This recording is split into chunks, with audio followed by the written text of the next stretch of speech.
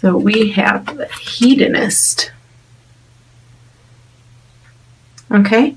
And the positive attributes, the way that this could affect you, is it inspires creative energy to embrace the good things in life. So, you know, maybe when you're coming in December and you're settling in and you're faced with the choice of, do I, you know, go on with the drudgery of winter, or do I get creative and make the best of it? And this is the message.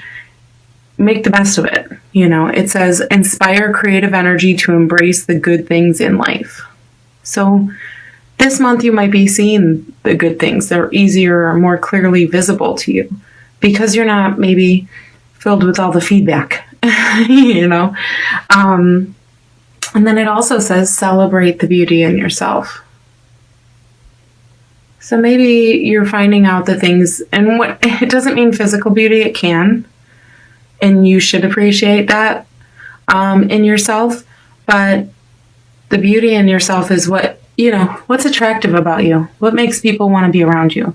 What makes you happy when you're alone? You know what I mean? What is it that you do that shines? And it's finding, you know, celebrating beauty in that and being happy. Okay.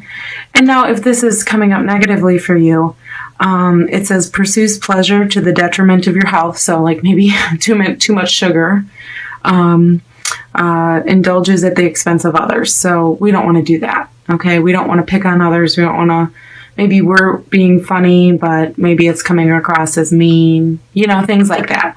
So just be mindful of this in your other cards too. Okay. So we're going to pull 3 cards from the Rock and Roll Tarot deck. Okay, and let's get shuffling here.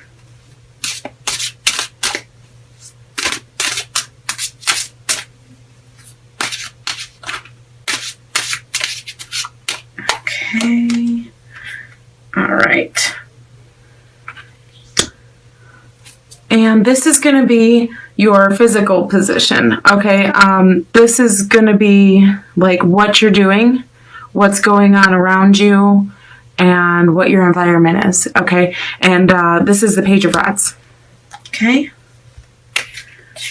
And the next card is the 2 here, okay? We have the 9 of Pentacles in your mental and emotional spot. So this is like, what are you thinking about and what are you feeling in December? And the next spot is your spiritual card. And that is, okay, the 6 of Pentacles. And the spiritual card is kind of like, what lessons are you learning? What are you up against? What is the experience this month? Okay. So keep in mind this card, and I'll let you look at this again. And you can pause the video if you need to read it. You know, this is all things yummy. And so it's like indulgence, but it could be overindulgence, or it could be indulgence in that in which you find pleasure. So that could be like your passions too, and the things that you love to do and create, because it's creative energy, remember? So keep that in mind for everything that's going on here, okay? All right, Sagittarius, let's get into it. In your physical space, what's going on around you? What are you doing? This is the card, the Page of Rods is the card of, like, you know, the best intentions, okay? This is like, you know, go, quick to, it says eager. Yeah, like it's very eager. It's like, you know, you go to teach somebody something and they're like, yeah, I got it. And they grab the tool and they start going for it. But then, you know, it's like they can also quite often wreck something because they didn't follow directions or, you know, have patience. So what you're doing is going to be very much that energy. It's like you're going to be enthusiastic. Okay. But it's kind of like, listen, the advice here and what's going on and what you're doing is to slow down, okay? And make sure what you're doing is quality over quickness, okay? Because that's what it feels like. It feels like you're super, super trying to go real quick, okay? But it's also, you know, a messenger in the sense that it's kind of like good news, you know, delivering, you know, you might get news of something that could be happening around you last minute. You know, there's something that could be going on, or you might be doing something last minute that is, you know, it requires you to have a level of fire under your ass, okay? It's kind of like maybe somebody else can't do the job and you're stepping up to the plate, but you have a lot of making up to do because maybe the person who was in charge didn't prioritize and didn't get a lot done, you know. So it's kind of like backtracking, but like you're the one that's in charge. That's one aspect of this card. Okay, so you don't know what you're doing, but you were put in charge of something and you actually fly with it. So expect to make some mistakes this month, but also expect to have to step back, take the time to put a little patience in with your pep, and you'll get it done right the first time more often, okay? But somebody might try to teach you something really quick, and just to get you, like, fill a position. You could be taking a temporary position at a company for the season, a seasonal position. This is, you know, this could be you're starting a new job or a new endeavor, and maybe you have really high hopes for it, but you need to be more realistic. But you're going to do well because your attitude is like going to be 80% of it. So it seems like you have the right attitude. You just need to slow down and make sure that you're, you know, giving yourself time to do it right, because sometimes quickness is great and sometimes correctness is better. Okay. I'm crooked here. Okay. And then let's go into your mental and your feelings. Okay, so what are you thinking? What are you feeling? Mental and emotional. This is, to me, the card of, like, you don't need anybody else. This is what this card means to me. You don't need anyone else to provide for you. You're fully capable of, you know, taking care of everything, okay? It's like you're on top of your household, you're on top of your finances, you're on top of your harvest, you're on top of, you know, your leisure time, you're comfortable, you want for nothing, okay? And now, does this mean you're going to have all that this month? No. But this is in your thoughts, unfortunately.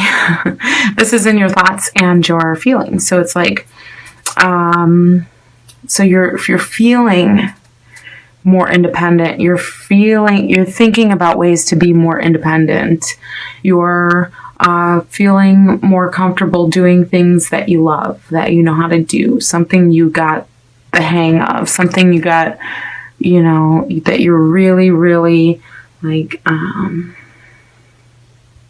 established in. Okay, so you're thinking about these things that you're, again, with the creative energy from here, okay, the he-ness. So it's like, do things that you are good at. Maybe teach something. You're thinking about maybe how to take what you love and make it into something that will not only benefit you, but benefit the people who depend on you. And maybe even some people who don't depend on you, but maybe need some extra help. Okay, this is the person who has plenty. So it's like you're thinking of ways to maybe make money, or you're maybe thinking of ways to take your skill and kind of step outside of the box as far as career goes, and maybe start your own endeavor personally, for like be your own boss type of thing. This is also